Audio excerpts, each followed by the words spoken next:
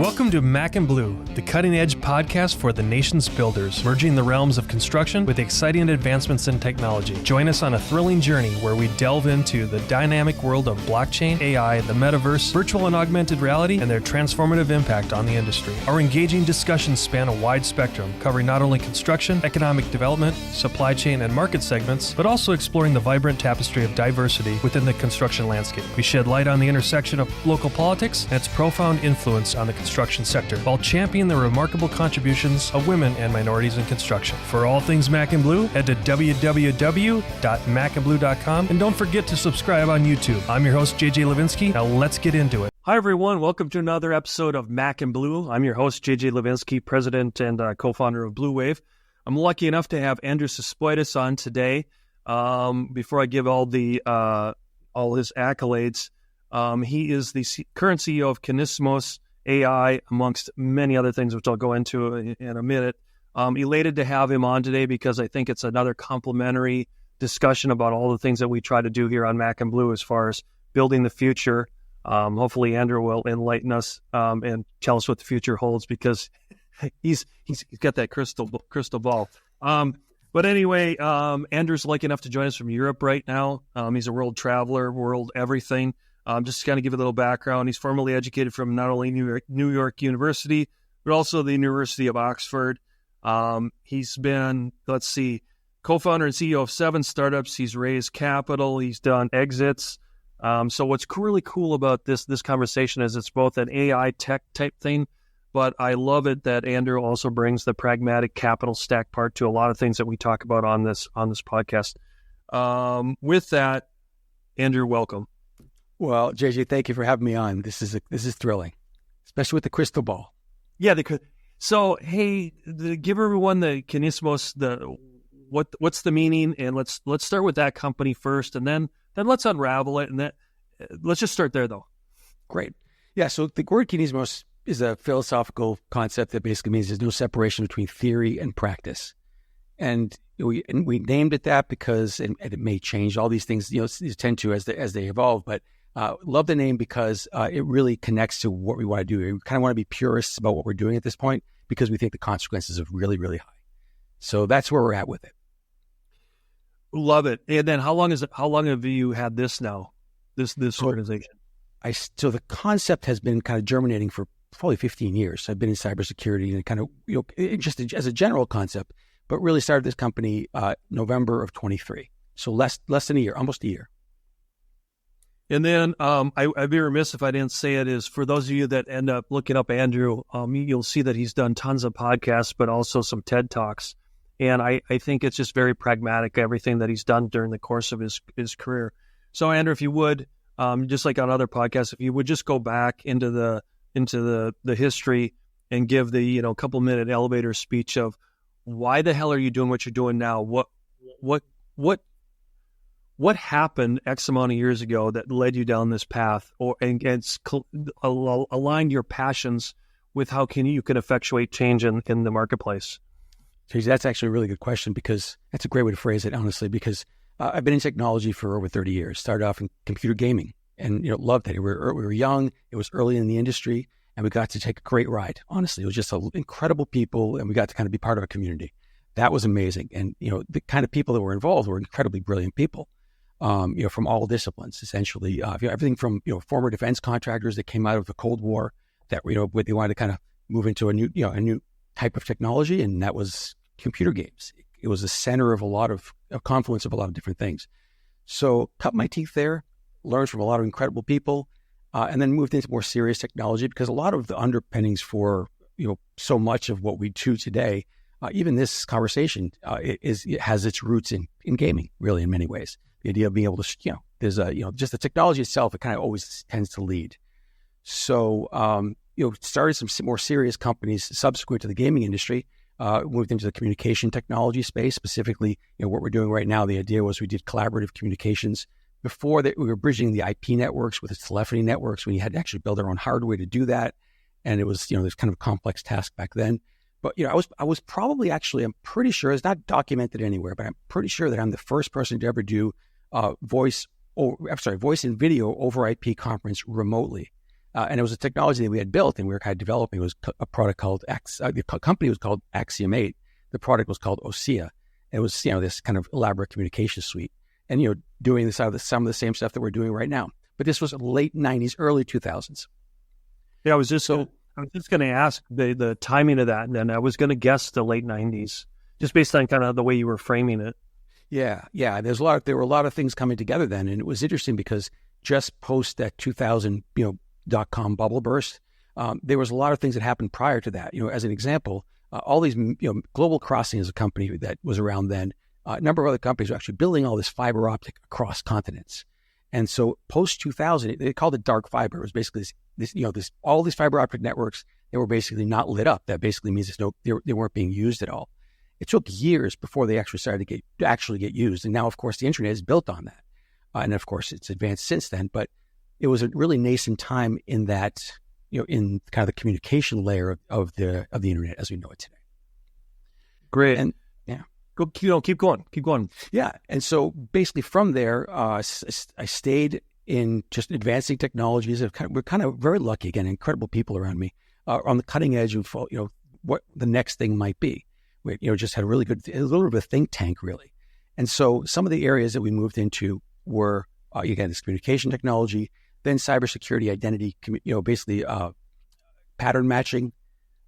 And we were using fast Fourier transforms back then to do, fingerprint recognition, biometric recognition, and things like that. Now, this was early 2000s, and it was post 9/11. So the applications for that were primarily intelligence and defense related. I guess you could say law enforcement related, things like that. And so, that opened my eyes to a lot. I saw technology from one perspective, from the consumer side. I saw it from the enterprise side, and now I saw it from the government side as well, and kind of policy and how that started to form. So, and I was very fortunate to be at the right place, the right time, with the right people, and we moved down that path as far as we could. And then I wanted to get back into something that had a real commercial value, relatively early into something that had commercial value. So I dove back into games. I met a friend in New York who had this great idea. He was just out of college, young guy. And, he was into gaming, he was into media. He kind of intersected between, I think he calls it Madison and Vine, essentially, the entertainment industry and Madison Avenue. So, he came out of the ad world. But he had this idea, and so he had this idea to bring ads, kind of an ad platform, directly into game environments. It sounded like an interesting idea because at the time the game industry was set up in such a way where developers and publishers, the publishers were basically the primarily gatekeepers, and developers, of course, they sometimes got the short end of the stick. So what we're trying to do is create something that would create a secondary revenue stream for the developers, allow them to have more creative freedom effectively, and then of course the studios and they would benefit from that, and then the publishers, of course, would also be able to tie into that. So we worked with all the major game publishers and then many of the major game developers, and we integrated. It was a company called IGA Worldwide, and we integrated an Adtech platform directly into the games, creating that secondary revenue stream. It was my first venture-backed company. It was my second venture-backed company. The first one was Axiom 8. And we started to grow it. It did well. We had 500 million people in the network at any given point in time. It became a thing. And then, so after all that, so we sold the company. We did okay. It wasn't a major hit. It was just before. This was now 2000 and early 2000s. I'm sorry. It was 2000 and when was that? 7 or 8, something like that. So it was a bad time. It was a bad time for for exits at that moment for us. So at least you didn't a lot of things, right? You're exactly right. Not entirely. I wouldn't say we're that far off in some ways. So, but yeah, and it was an interesting time for everyone. Of course, I think we were a little bit luckier than most. Hey, Andrew, let me take a tangent for just a minute, because I always try to ask questions thinking about like the audience and forgive me if I'm stereotyping you, here's a bright guy in the gaming. You're on the tech side, and I'll even call you're on the nerd side of this whole thing, right? Love it. That's a compliment. But what allowed you? Was it the peer group you were in? Was it your own conviction in yourself, your own talent? How were you able to transcend and become the businessman or the entrepreneur in all of this? Because look here you are very early in your career. I mean, if we go back to like right now at 2024, back to 2007, 8, you'd already done a couple transactions. You obviously had dealt with the capital markets and raising, whether it was venture capital or whatever. what allowed you to cross that line to dive in that deep pool? Because we have so many entrepreneurs that, watch this show or get inspired by speakers here, and they're like, I know my lane, but how do I know capital? How do I know business? How do I become the entrepreneur that I think I am, but I'm too afraid to cross that line? Is that a fair question? It's a great question, actually. And I'm not sure that I wish I had the kind of the magic answer, but I think it's, for me anyways, it was something. Well, give me the Latin explanation, which takes you around to the block and show you the front door anyway, right? That's right. That's exactly right. So, for me, what I found is necessity propels you, right? And so, I was actually, my first company I started with my brother, who's far more of a tech geek than I am. He's still a CTO in the healthcare space now. He's really, he drove that. So he was a gamer geek and the tech geek. Really, I was kind of following in those footsteps to some degree. So I had to fill a role. As a second born, you have to fill a role. And so basically the role that I filled in that case was I'll do everything else, design, conceptual stuff, and meet the world, like meet the business world. So to some degree that started me. Other than that, honestly, it was a lot of trial and error, falling down, getting your face kind of cut up and standing back up and trying it again. And that's kind of standard advice you probably hear from anyone, but there's something about the tenacity. I think you just have to say, look, I'm going to do this. I have no choice, the burn the boats approach. Well, Andrew, can I go one step further? We were talking before we got on air, you're of Greek descendants. And if I remember right, your parents were immigrants, right? You were actually the first generation in your family to be born here. Is that correct? Absolutely correct. Yeah. So if you couple the Greek mentality of, let's be honest, your ancestry is known as fighters and doers and, just like the Italians and every other, all that kind of stuff. You were kind of born with it. Plus growing up out East, it was sink or swim, right? There comes a time when dreams become a reality, when you see your vision materialize into a true work of art. And the only way to get there is to choose a general contractor who shares that same vision and knows how to bring it to life. At Blue Wave, we aren't so big that we've forgotten where we've come from, and we aren't so small that we can't care for your projects regardless of their size. When your vision deserves safety, perfection, timeliness, and expertise in order to become a reality, trust Blue Wave to get it done right the first time.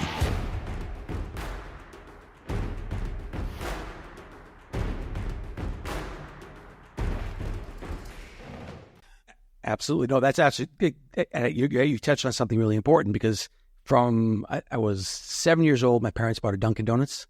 They moved to the country, moved to the U.S. just in 1965. I was born in 66, exactly 9 months later. So after that, they were in Boston. They worked in Boston for a while, enough. They had, each had 3 jobs. They're trying to make it work. They saved up enough money to actually buy a Dunkin' Donuts franchise in Connecticut. And so they did that. But what that meant was the whole family, myself, my older brother, even my younger brother, who was basically next to nothing. So we were tiny. Hey, he's listening. Don't talk smack about him. Oh, now's the time, you mean? Yeah. Okay. The freeloading younger brother, right? Yeah, exactly. Though what's awesome is that he's become an awesome dude. He's like, it's just, he's 6 years younger than me, so like a big difference. But he's quite an amazing guy, actually. He lives really close to me in New York. It's just, it's amazing. Yeah. But I'm sorry, I didn't mean to interrupt you. Keep going down this business kind of tenacity entrepreneurship thing. Yeah. Basically, it was exactly that. I mean, so from 7 years old on, we had to work at the Dunkin' Donuts, and from like 11, 12 years old, it was any shift they had to fill, whether it was midnight or early morning. And so school suffered as a result of that. But at the same time, the whole family was constantly working. It was built into just the necessity. It was just what you knew was the ambient environment, really. So I think a lot of it was that. And you kind of don't know. I think it took me longer to figure out how to just kind of dial back and just, chill out a little bit. So look, let me ask you another question, because it sounded like your parents probably never went to college then, correct? No, both my parents learned under trees, and I think that my dad has at best a 4th grade education. Okay. So the smartest guy I know.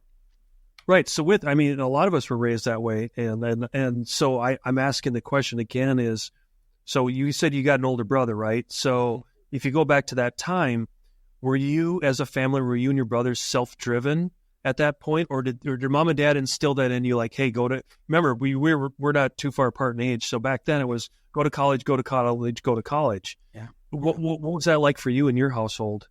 So it's interesting because it was a lot. That message was very clear, but they didn't know what that even meant. They were like, "This is what you're supposed to do." They had no idea.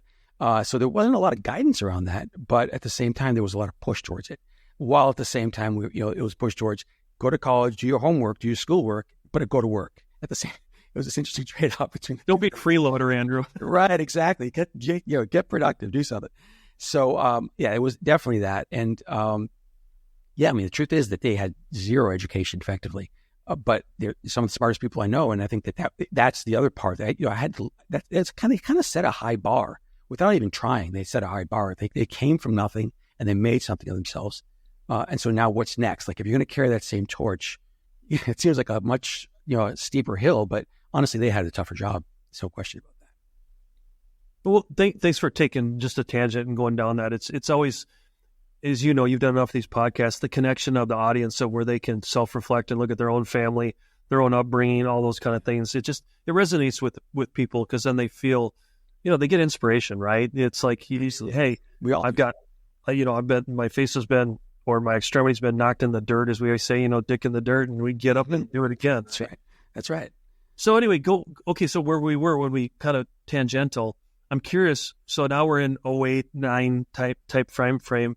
You're obviously at the forefront. Your mindset is such that you're now not only techie, but have an entrepreneurial spirit around tech. What was next in those mid 2000s there? Like who did you partner with next and do next? That was an interesting period because it was less of a commercial period and more of a kind of a deep dive into the tech, but also how it related to a couple different things. One, because just prior to that, I was involved in that defense and intelligence and law enforcement and policy and technology. There's kind of there's another set of confluences. I guess if I look back historically, my career, I guess you'd say, was centered around various confluences. And in that particular case, it was all those things. And so a lot of it had to, in that time frame was basically in an advisory capacity, working with a bunch of government agencies, a bunch of policymakers and international partners and technology, effectively to kind of how do we around specifically cybersecurity, but really broadly cyber doctrine for military, cyber policy for civil government. So a lot of that had to be worked out and is still being worked out. And I think and by the way, the inspiration for Kynismos came out of that thinking, because what I saw was not from the policy perspective, but just generally the industry and as a whole, kind of how we looked at everything. We took some shortcuts. There's some shortcuts that I think have caused extraordinary problems that were unnecessary. So was there an event or a person in your life that actually, like, what was that defining moment that cybersecurity became a tangible word for you? You see what I'm trying to frame here? Yeah. So like, did a buddy lose, $1 million in a ransomware? Or was it just something as easy as, hey, I got hacked on my, Netflix account or something like that? I'm just always curious, like, what was that transformative event? Well, it kind of happened a little bit gradually in that I had some ideas, and the ideas came out of this when we were working on Axiom 8 and the communication technology, encryption and the idea of private communication was really important to what we're doing. But that was and it was before and then after September 11th, and that's where we actually got a lot of pressure to say, you got to open this up a little bit, or at least leave some opportunity there for not fully encrypted, not end to end. And again, encryption was different back then than it is today. But the idea was then, that kind of planted a seed, and that seed was effectively, security, personal individual security is just as important on a nodal basis, like an individual person, is part of a herd, and that herd basically, like the idea of herd immunity. It's similar in cybersecurity. So, it's that kind of thing. And so, if one is truly secure, then the rest have a greater chance of not, catching that contagion. Let's put it that way. Okay. Let me take pause here, just kind of, because just so the audience knows, before we got on the air, I kind of talked to Andrew about how I wanted to go into some deeper conversation, more of kind of the forward thinking than just reliving Andrew's resume per se. But I'd be remiss if I didn't ask, is there anything you want to take out of, in context, let's say between 2010 and 2020, those 10 years, just to before we get into the future and the reality versus and get into where AI meets augmented and virtual reality, all those kind of things. I mean, that's where I want to go. But is there anything in that 10-year time period that you feel is necessary for this conversation, just to frame anything that we're going to talk about going forward? I think, that's again another good question, because I think I did a lot of different things during that period. I kind of wanted to expand and experiment. The last company that I ran was an energy tech company, specifically supercapacitors, for balancing the grid effectively. And that's it's a going company right now, based in the UK and New York. But it's that's an interesting, and that came out of, by the way, the idea. I met some partners who were engaged in that, but from my perspective, having that cybersecurity component, in my history, the grid is one of the areas where we put a lot of focus on. How do we secure the grid? And ancillary kind of second next to that is as renewables come online, how do we create a balancing mechanism that actually can respond as quickly as the demand? And so that's what the supercapacitors are intended to do in that case. Interesting. Well, geez, now you said a couple of words that made me click. Is there anything you want to, speaking of renewables and the grid, I think you bring up a good point is, again, for context, I don't think we're talking about, when we look at cybersecurity for what it is just at this level, at the tangible level, but you're so involved in both up and downstream from that, and you speak all over the world. What would you like to share with the audience in that realm as far as what you've seen? I'm just speculating here, based on what I spied on you about is you're over in Europe right now, but whether it's advancing countries or even third world countries, I would imagine you've been in those discussions around those tables. What does the general population not understand about that? Like dumb it down and go, hey, stupid, listen to this. Are you aware that this, and this on renewables leads to this, and this? I want to humble everyone on the show, Andrew. Wow, that's a tall order, but I guess I would say, as far as renewables is concerned, and it's not. I don't think it's. I'll put it this way: renewables are a wonderful concept, and they're part of They ought to be part of an energy mix. I think it's a really, it's a positive. It's all or nothing, but it can't be all or nothing, right? It can absolutely not be all or nothing, because if there's a certain threshold once, and I think maybe in 100 years, and there's a long time horizon here. But I think that in the short term, if we try to push too hard on renewables, all we're doing is we're creating other problems elsewhere. It's a very delicate mechanism. So anecdotally, what have you seen that you can share with the audience? Because I'm sure you've had to be under the hood with entities on both sides and going, you're the pragmatic guy in the middle going, here's the tech and the data to show you this is stupid or this doesn't have an ROI. I mean, can you give us any examples? I mean, silly ones really, and I say silly because it's kind of plainly obvious. Solar or wind power is an example. To create a solar panel and then basically to take that solar panel and over a lifetime and to be able to generate enough, it costs more in terms of from getting the raw material to creating a product, to shipping the product, to servicing that product, and its lifetime use. It's a marginal, if in the ultimate conditions, if in a perfect condition, it's a marginal cost benefit and energy benefit ultimately. So that's one example. Another one is a lot of the wind towers that we're building. They'll never actually pay for themselves in terms of the energy they produce. And so there is kind of that we're underwater on all those, and we can't go that heavy into them. I think there's applications, but that ultimately, renewables as we know them today could and may become a train wreck. Have you seen anything that supports that the micro is better than the macro? So let me give you an example. Let's say you're a farmer and you've got 58. Well, let's make it a little bigger. Let's say you got a couple hundred acres and you're in rural West Texas or something. If you have your own solar and your own wind thing, just to maybe it's simple heating your water or your water pump for your cattle. To me, those kind of things probably make more sense than it does at mass and on scale, trying to put things back on the grid, quote unquote. I would assume that you've seen those things that support that mentality, correct? Absolutely, yes. And I completely agree with you. Microgrids as an example, but also so as you're describing, specific locations, specific applications.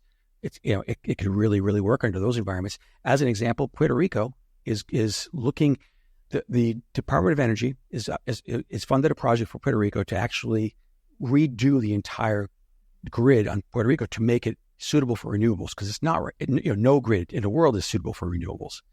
And so the idea is to use that as a test case, see how well it works. And if it does work, it means changing the grid from the ground up. So it's going to be, many hundreds of billions of dollars to do this right. Then we can plug renewables into it, kind of on an ongoing basis. And then we may have something. At this point, we're far, far from that, honestly. Interesting. Okay. Well, thank you for that stroll just down some tangential lanes, because it's just fun.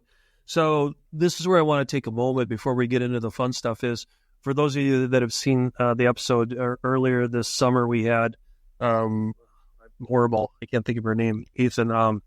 My apologies. The futurist, the lady from Philip Morris. But where I'm going with this is on that. Well, the one thing that I took away was that, much like we're going to talk with Andrew about AI and technology, is that we're not trying to replace the human being. If anything, we're trying to find digital's not going away. Okay, so you're either going to embrace it and learn how to live with it in the context that you want to still have a human being, and that you want to still have communication, relationships, synergies, all those kind of things. And so when we had her on, it became painfully obvious that all of those super brilliant, smart people are trying to do the same thing. They're not trying to replace the human. They're trying to augment it or complement the experience with the digital. Herman Plank's another good friend of mine. If anyone follows him, looking at his avatars and what he's doing, he's not trying to replace the human spirit. He's trying to supplement it. And my God, Herman, if you're watching, he's no spring chicken. He's old. He's probably in his 60s, and the guy's more tech savvy than half the 20-year-olds I know out there. But his experience, coupled with his European upbringing and that tech, just his savant, if you want to call him a savant in the tech space, I love how when smart people bridge it together and bring it back in a pragmatic fashion to then educate and pay it forward on this podcast. So with that, Andrew, I want to challenge you to kind of, I think maybe it was one of your TED Talks, maybe it was another podcast, of when people come up to you and go, Andrew, what does this all mean? Can you start with where reality is, and then how the conversation transcends from the reality of now to what the future holds? And then let's unravel that into the AI component. Is that a fair starting point? It's a great starting point, actually. And the first thought that comes up with that is to look at it a little bit on a timeline, and don't have to go too far back. Let's go back early 2000s, or just prior to that, let's go back to the 90s. And it's been taken in three stages. Basically, in the 90s, effectively, the internet became a commercial system. It started to become pervasive in the world. So the internet was version one of this, generation one of, this connectedness, let's call it. Maybe that's one way to look at it. So generation one was just the World Wide Web and the internet and all the ancillary services that kind of got built on top of that. It really obviously, as we know, it dramatically changed the world. The economies were changed. Landscapes were entirely shifted.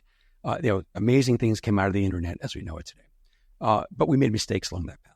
So then generation two of that, I would say, fast forward, into the 20s, into the 2000s, and it was social media. Social media was basically a hyper magnified version of what the internet capabilities, but it actually got closer to the human. So basically, the interactions between people became much, facilitated all sorts of interactions, one-to-one, one-to-many, many-to-many. The idea was that now we can communicate in such a way where it really did actually connect human beings across the world. But it did it in such a way where the lowest common denominator actually got the loudest voice. So, and it wasn't intentional design, but it wasn't by design, but it was a mistake that people saw fairly early on, but didn't do anything about because it was commercially viable. And it was also, the reality of that is, and not to go back and try to be revisionist about it, but the idea is that there are other models that work, and we're starting to see them emerge more and more over time. So the idea was social media was generation two. And so as we start to, and we're kind of living with the upside of that, which is debatable whether the upside is outweighs the consequences. The consequences are pretty heavy. So we can take that and then move it into the next generation. And artificial intelligence, large language models, generative AI, machine learning, computer vision, all those things, just a variety of sensors, robotics, neural implants, any kind of neural interface, that kind of stuff. The AI era hyper magnifies all of that stuff. All of a sudden, we just threw gasoline on the fire without containing any of it. So the idea, and I'm very certain that policy it'll be a tool, but it's absolutely not the answer. No matter how many regulations we pass, it's not going to make a difference in terms of AI, and because the very nature of that beast is that it's hyper adaptive. So the next generation is AI, and so then the way we're looking at it, specifically looking at it with Kynismos, this is like the driver is for the future. We're addressing a problem that's here today that people aren't fully cognizant of, and that problem is the fact that we saw in the internet, some of your privacy was eroded. With social media, there was no such thing as privacy. Now with AI, the human thought and human sovereignty is being threatened. I feel like Cassandra a little bit. Harkening back to that Greek heritage. There's the truth is we're dealing with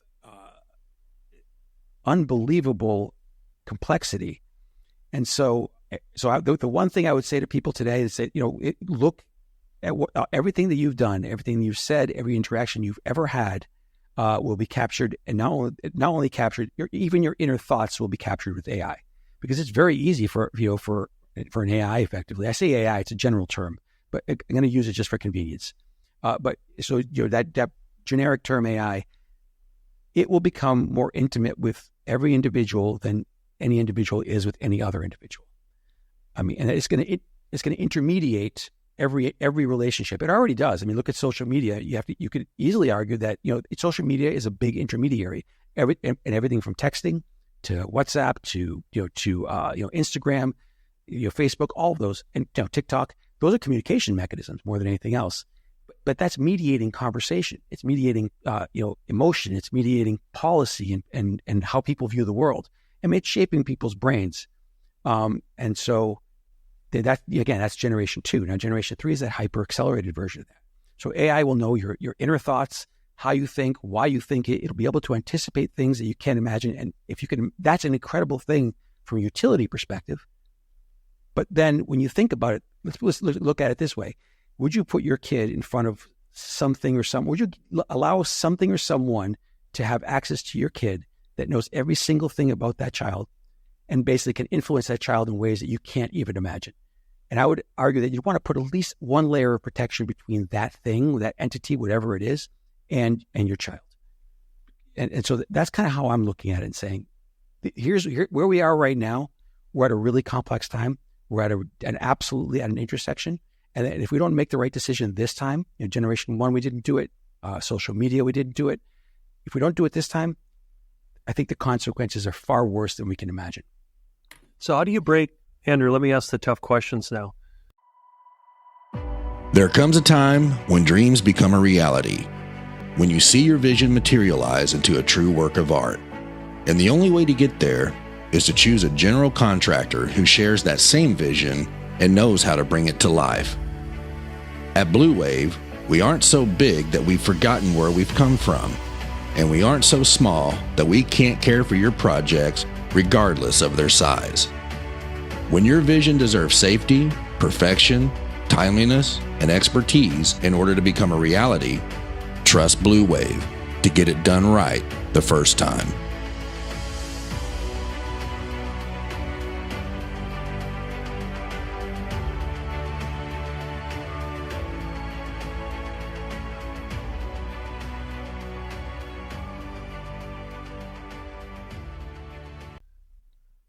Let's argue that that's true, okay? Because so we have to set the paradigm, right, or at least the boundaries of that. But let's even go one step further, saying that is the ethos or the mindset of us as a republic in the United States of America.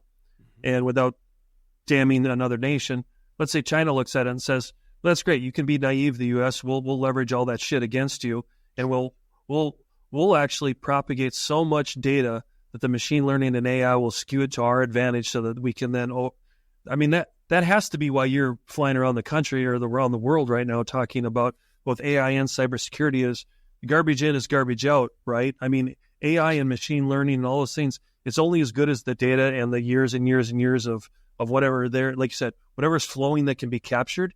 But we're not all too naive to know that we can skew that, even if you skew it just a few basis points. Listen, you pull in the spider web, the whole analogy of it. So how do you when people challenge you with that this notion, Andrew, in the public space or in the world that you speak in and educate on, what is the answer, or how do you answer that? So I would answer it this way: we're dealing with complexity that's far beyond any one individual or any single institution.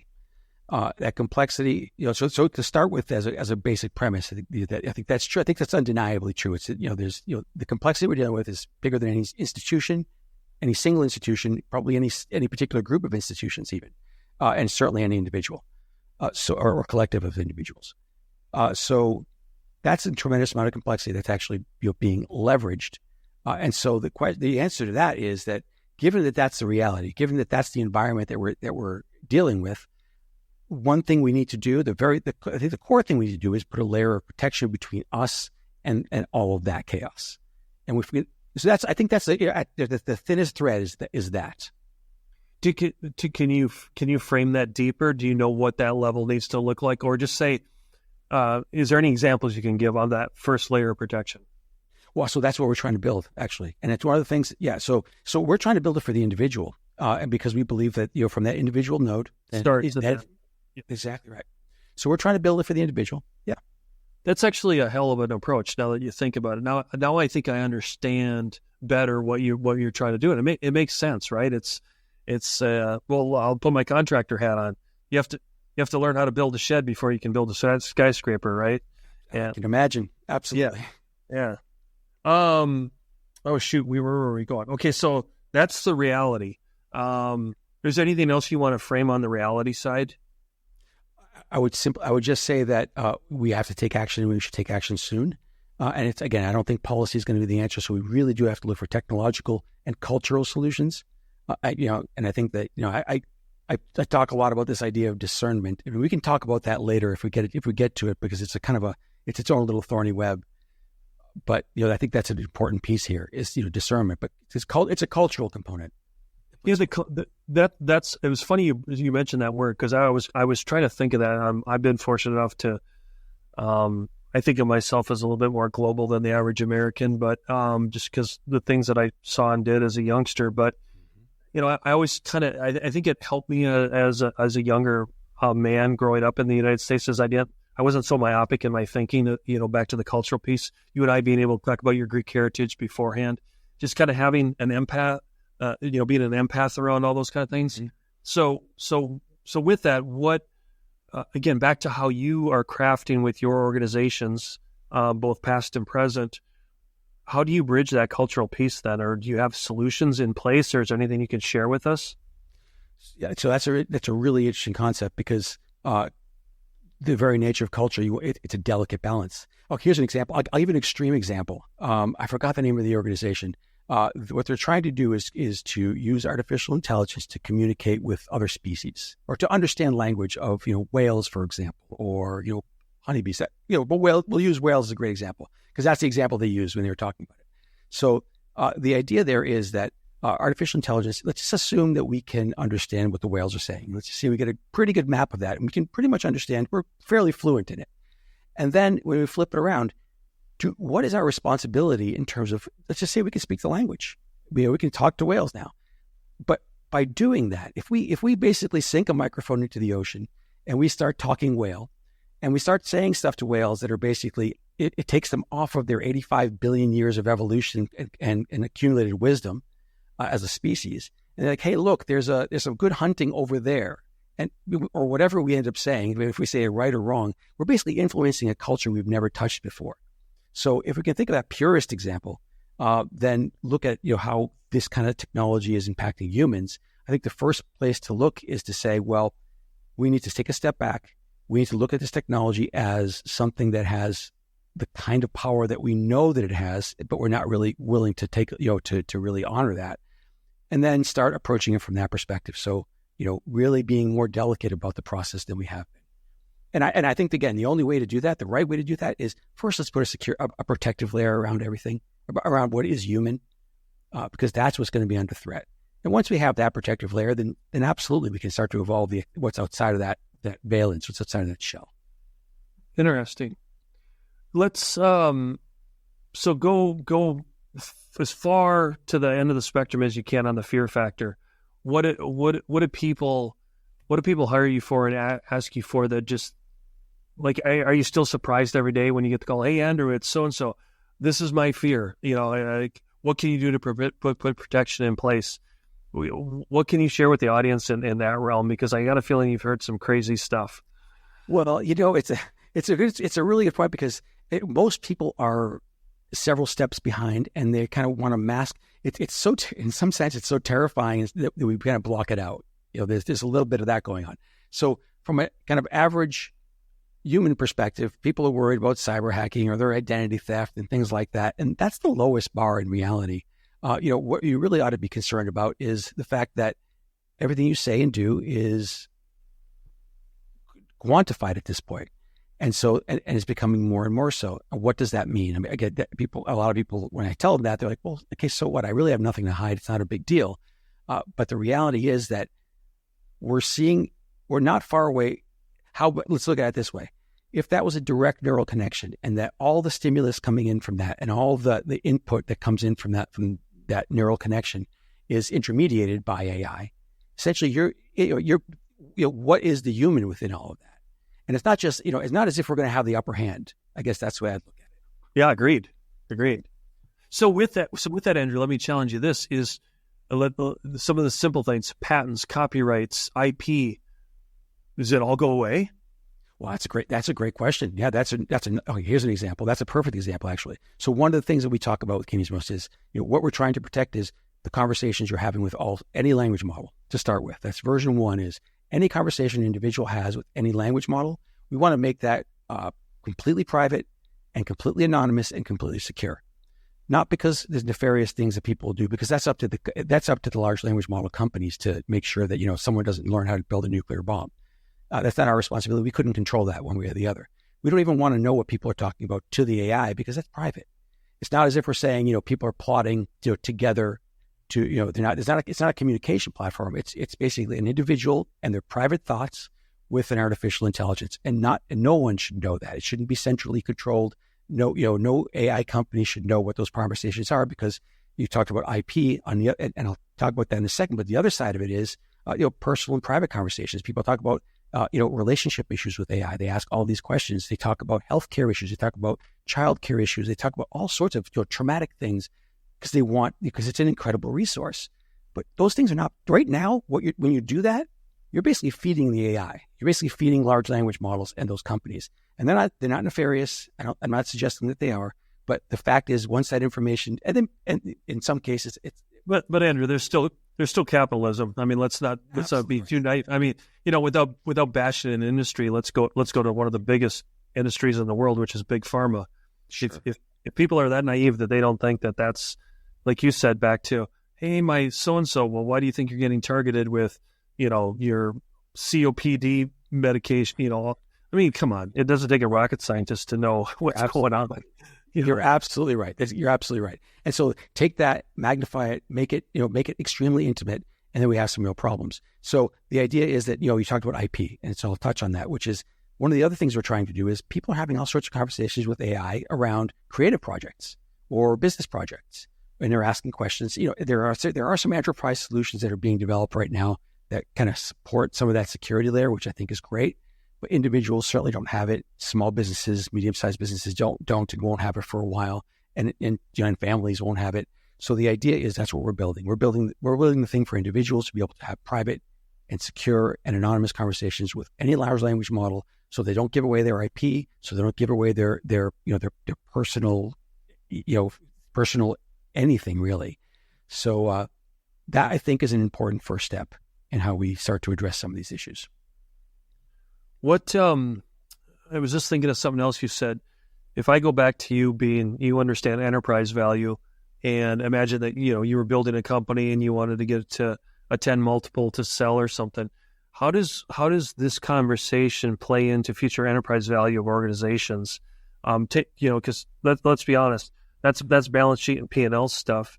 But how does this intertwine and intermix with this conversation 10 years from now, 5 years from now? Well, that's a really interesting one, because the workflows, the amount of resource required to do productivity, of course, will shoot through the roof, and that's an incredible thing. That's really good. And I think the big fear that we're all worried about, the idea AI is going to take over everyone's job. I think that I think jobs will shift. I think that the skill sets will have to evolve along with that. I don't think it's actually going to be, it's the net of it all. I think it'll be, people won't be losing their jobs. They'll be just getting different jobs. It's new jobs. And we've talked, and just so you know, Andrew, we've talked exclusively about that, and because of, our background, that this started as more of a architecture, engineering, construction platform. We said, listen, the robotic technology is still years away from replacing the human being. What a computer is going to go out and fix a plumbing leak that's under 5 feet under the slab? Hell no. Okay, it's still not going to happen. So, but we said the new learning, it's no different than if you go back to when we were talking earlier about our parents, is if without the education they have, is were they able to repurpose their brain, their skill sets to be applied in a new a new genre, a new paradigm, call it what you want. I don't see it being that much different. So there's been enough people on this podcast too saying, listen, AI is not replacing people. You're just going to have to, it's different training. It's different applications. Yeah. I agree. I completely agree with that. So that's not a big threat. And I think that's the boogeyman that was afraid of it. Other than that, AI is pretty cool. And it is. It's really cool. But that's not the big threat. The big threat, again, is the sovereignty of the individual.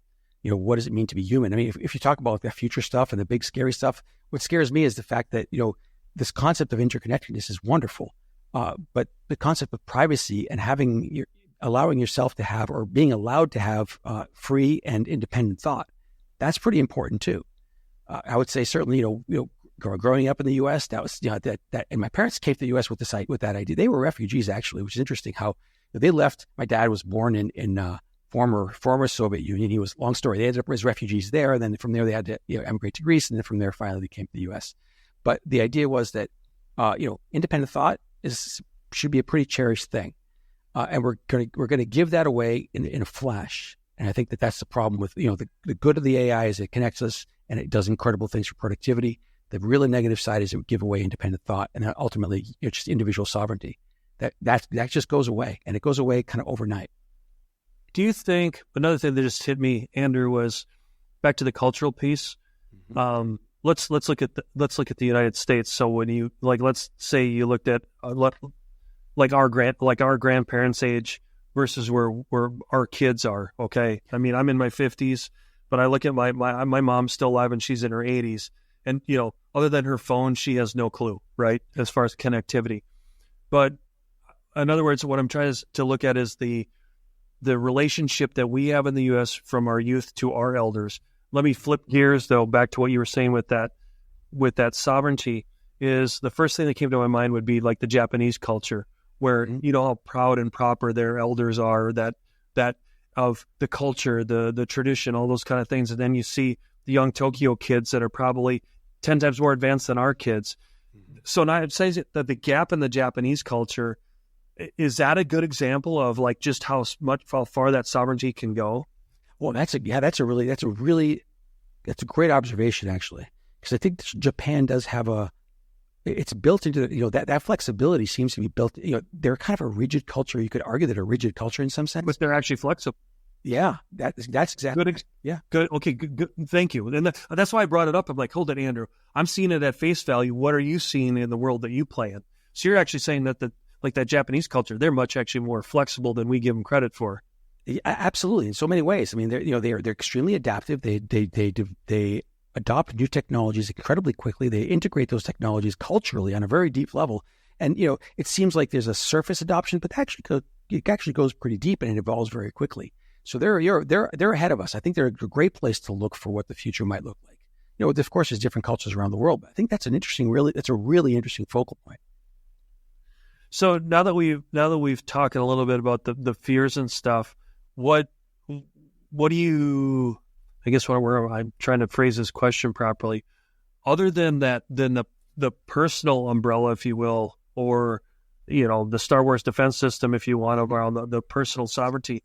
What other things are you advising on as you travel around the world and speak to, whether it's countries, governments, businesses, individuals?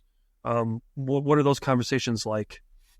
So a lot of the conversations that I've had over the years certainly have been around. I mean, I have to say the overarching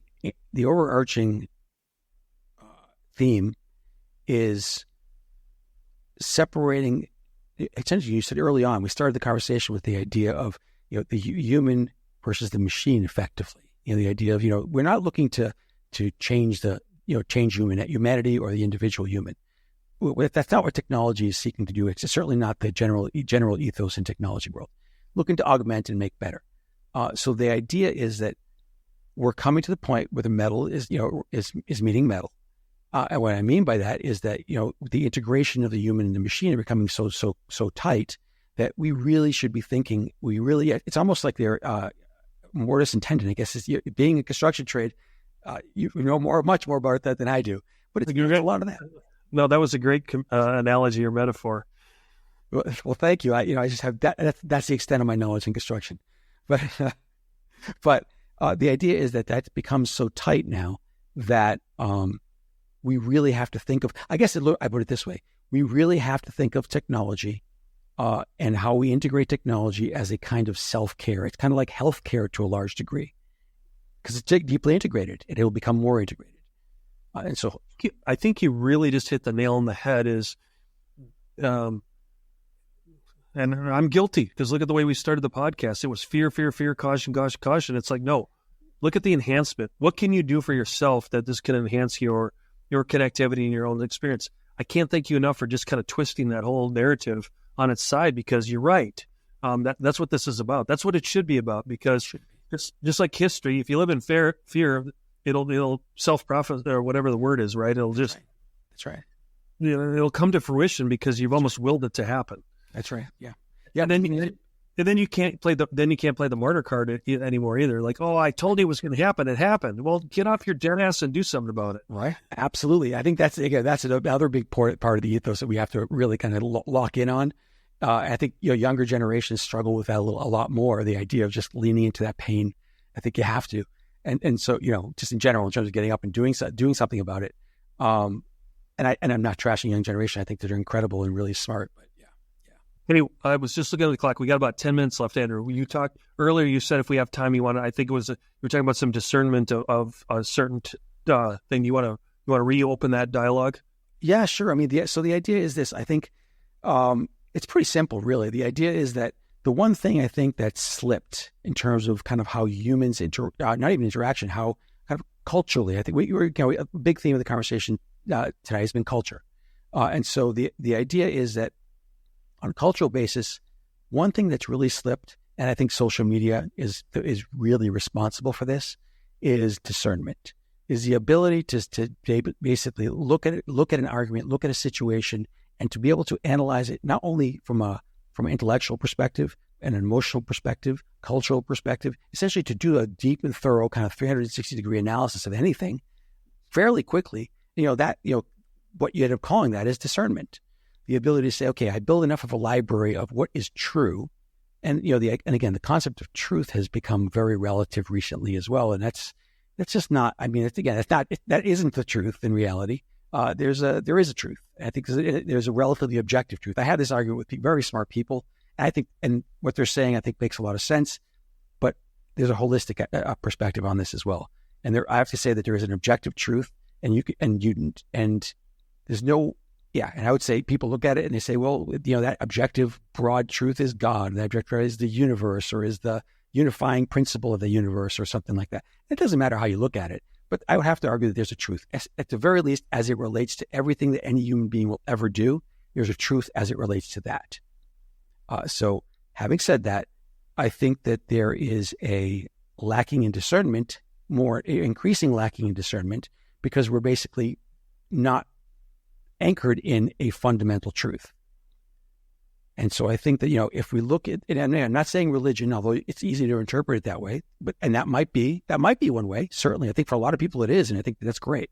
And it's not necessarily philosophy either, but it is a holistic approach to looking at everything, believing that there is a fundamental truth, and seeing how everything relates to everything else. It's kind of like an ontology. I don't know if you're familiar with ontologies at all. Not deeply, but yeah, in theory, of course. Yeah. So that's interesting. I don't know. What else? I'm kind of dumbfounded because my mind's going 800 miles an hour right now. But what would you like to leave the audience with, Andrew? I think that's where I want to kind of just leave this. We can cut it off, but take as much time as you want. Just whether you want to use this as a platform for a call to action on anything, just kind of a reach out. I like how we twisted the narrative here just 5 minutes ago. Of don't let this be an excuse or a crutch. Go embrace it for what it's worth and make your life better and have a better connection, a better spirituality, whatever you want with your fellow human. But if you run and hide from this, it will suffocate you. It really will. That's a really great way to put it. The reality is I don't want to look at it as a negative. It's not like a storm is coming. It's not like a hurricane. It's nothing like that. It's really basically, I don't know if I can come up with a metaphor for what it actually is, because I think it's really complex. But I would say that the one thing I want to leave people with is exactly what you said: is take yourself seriously first, and recognize that you have incredible. I mean, this sounds like a pep talk, really, but recognize that you have incredible capabilities. You're an incredible being, and then so you're going to get into a relationship with other incredible beings. And that relationship is going to be, there's going to be some level of intermediation now with technology, and that's not a bad thing. That technology is not, it's not evil or good. I mean, it's actually just ambient. So use it as something that basically you can integrate into your life. We have to be, I guess I'd put it this way: we as individuals have to learn how to be even more creative on how to integrate, this new environment into how we engage in the world. Well, the other thing that I just thought of too, Andrew, was now that we've kind of given this empowerment speech, is I'm thinking let's just call a spade. Look at where we are in the election cycle and the divisiveness of our nation. Is this actually enables the human to have much more power than the large company, or even just the bully in the neighborhood. I could give example after example. But you're not emboldened by your government anymore. It's like if you use this the right way, you now have the power to make the change, to effectuate what you want, whereas you might not have before. So again, if we keep looking at the negative, that it'll be, but you can look at the positive of it too, that now it allows you to have a more collective influence on the world that you want to seek. And it can be done in a way that isn't like this anymore, because of that intermediary type mentality. Right. And I don't know if I'm framing that right, Andrew, but I think that could give a lot of people hope that they can now do something about things that they didn't think they originally could. You're absolutely right, Jay. You're absolutely right. It is incredible power, and I guess I would say this is again not new, but the idea is that with power comes responsibility. So when I say take ourselves seriously, I think that's the part that I mean, is that you have enormous power in your hands. One person, we've heard this a bit lately, that a single person, we're within a couple of years of a single person starting the next $1 billion company on their own without anyone else's help. It was something where it took 10,000 people to do. So take that seriously. That's an incredible thing. So that's what I guess I'd say. All right. Well, with that, audience, first of all, Andrew, I can't thank you enough for being on today. But for the audience, Andrew Sispoidis, I wanted to add the ski on the end of it just to make him an honorary Pollock. I'll take it. There's already enough damn consonants in his name the way it is. It's true. It's absolutely true. But seriously, audience, look up Andrew on he's everywhere. I can't tell you there's other good, if this has inspired you at all just to dig deeper, learn a little bit more. Andrew has wonderful podcasts. Like I said, there's some TED Talks. He's luckily been exposing himself for many years. Don't take that literally, take it figuratively. and garnish off his own knowledge and experiences and seek to understand a little bit more. Andrew, thanks again, my friend, for coming on today. JJ, it's a true pleasure. Thank you for having me. You've been listening to the Mac and Blue Show, brought to you by Blue Wave General Contracting. Be sure to subscribe to the Mac and Blue podcast on your favorite podcast platform. Follow JJ Levinsky on LinkedIn and Instagram. Tune in every Monday